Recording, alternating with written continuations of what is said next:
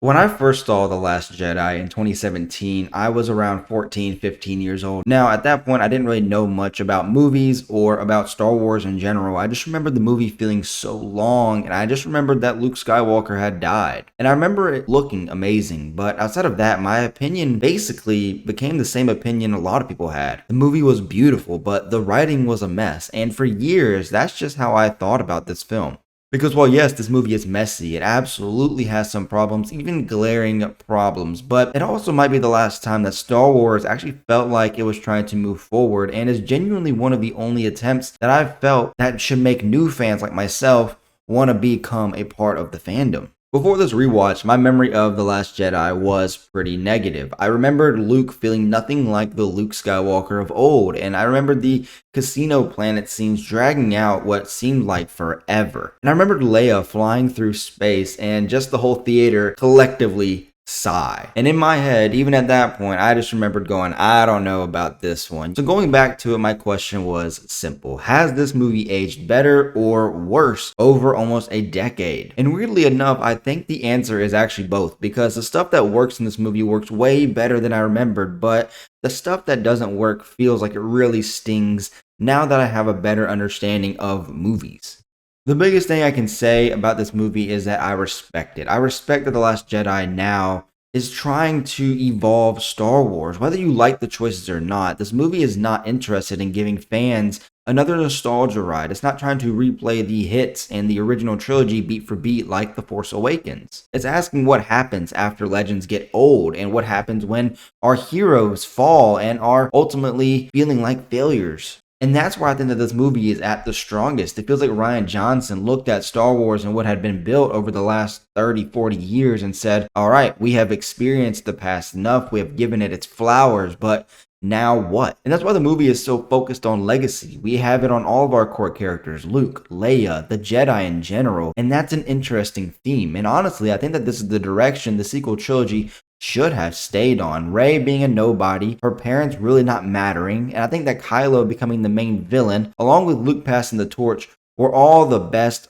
parts of this movie and could have been the best elements to have throughout the next movie or two. But unfortunately, Disney did not stick to their guns and instead got scared, tucked their tails, and then we get The Rise of Skywalker.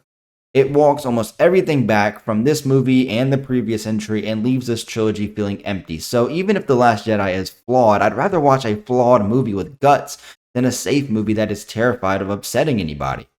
And that brings me to Luke. This was the part of the movie I expected to hate the most because for years the conversation around Luke in this movie was that he had basically been ruined by Rian Johnson. Hell, even Mark Hamill himself said that he hated the iteration of Luke in this movie, but on rewatch, I honestly loved Skywalker's arc. This version of Luke feels like an old, tired, wounded army veteran. He's not the bright-eyed hero from the original trilogy anymore, and neither was Mark Hamill. They looked old and tired. He's someone that tried to rebuild something, but failed in the worst way possible.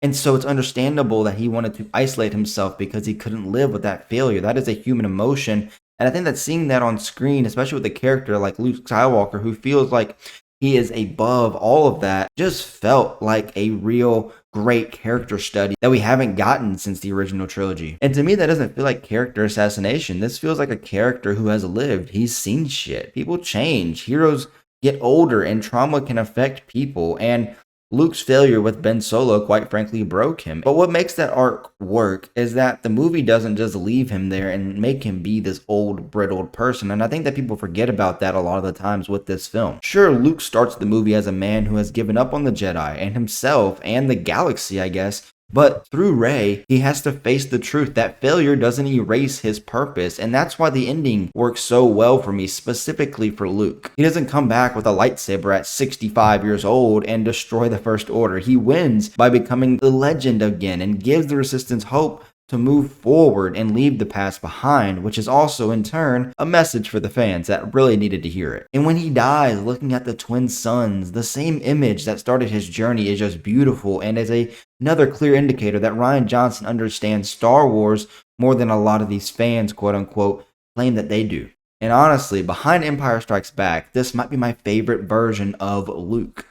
And this leads me to Rey, because Rey also works really well in this movie. And I know that Rey has always been a divisive character, and quite frankly, she hasn't been my favorite, but I think The Last Jedi gives her the clearest emotional arc that she has ever had. Was she trying to understand where she comes from, why she was left behind, and what her place in the galaxy actually is? And that's why I liked in this movie that the reveal was her parents were nobody, that they were just selling her off for scraps. To me, that was way more interesting than making her feel connected to a bloodline like the Skywalkers or Palpatine. It made Rey feel alone in a way that actually mattered, and it gave her a real reason to be tempted by Kylo, because he's essentially telling her, you don't belong to them, you belong to me, and that is compelling enough. And her training with Luke feels very earned throughout this film. It doesn't just end up that she shows up and the Force comes to her instantly. No, that doesn't happen. The film gives her quiet, intimate moments. It shows her failing with every single Rocky style training moments on this island, and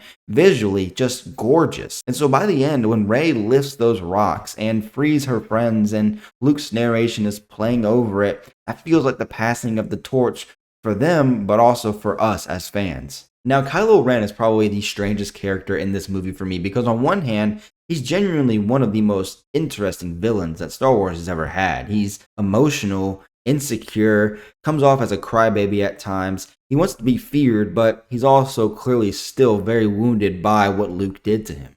And when this movie lets Kylo be dangerous and the badass that we know, he is fantastic. The throne scene is awesome. I know people have pointed out the choreography issues, but I mean, when did we all become choreographer experts? But as a scene, it has the sauce. It's electric. It's one of my favorite scenes in Star Wars. But at the same time, there are moments where Kylo is very hard for me to take seriously, honestly. And I kind of wish that they kept his helmet. And because without it, sometimes I'm not seeing Kylo Ren. Sometimes I'm just seeing Adam Driver throw tantrums, and it kind of makes me laugh. Still, though, the movie sets him up perfectly by the end. He kills Snoke, he refuses the redemption that he could have, and you can see that it should have been the launch pad for episode 9. And that's all that I really liked on rewatch. But there is one part of this movie that still, it's awful. Finn and Rose are easily the worst part of The Last Jedi. And the frustrating thing is that Finn had so much potential after The Force Awakens. He was a stormtrooper who broke free from the First Order. That is such an interesting setup.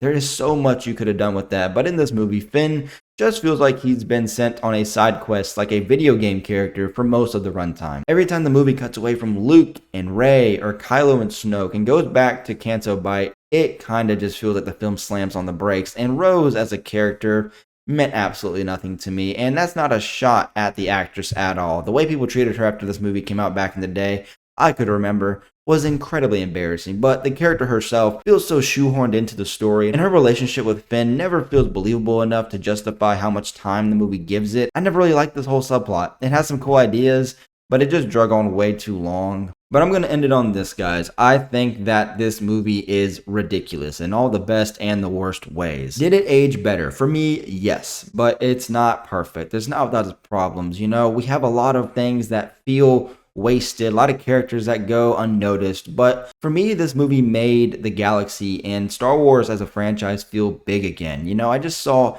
The Mandalorian Grogu last weekend, and I felt absolutely nothing watching that in an IMAX theater, and this movie at least made me feel something that Star Wars hasn't made me feel in a while. I went into this rewatch honestly thinking that The Last Jedi was going to be a beautiful disaster, but now I think it's more of a bold, messy, misunderstood swing by a director that had a clear vision. And honestly, I'd rather see Star Wars swing like this again than keep playing it safe. Thank you guys for watching, and I will see you in the next one. Peace.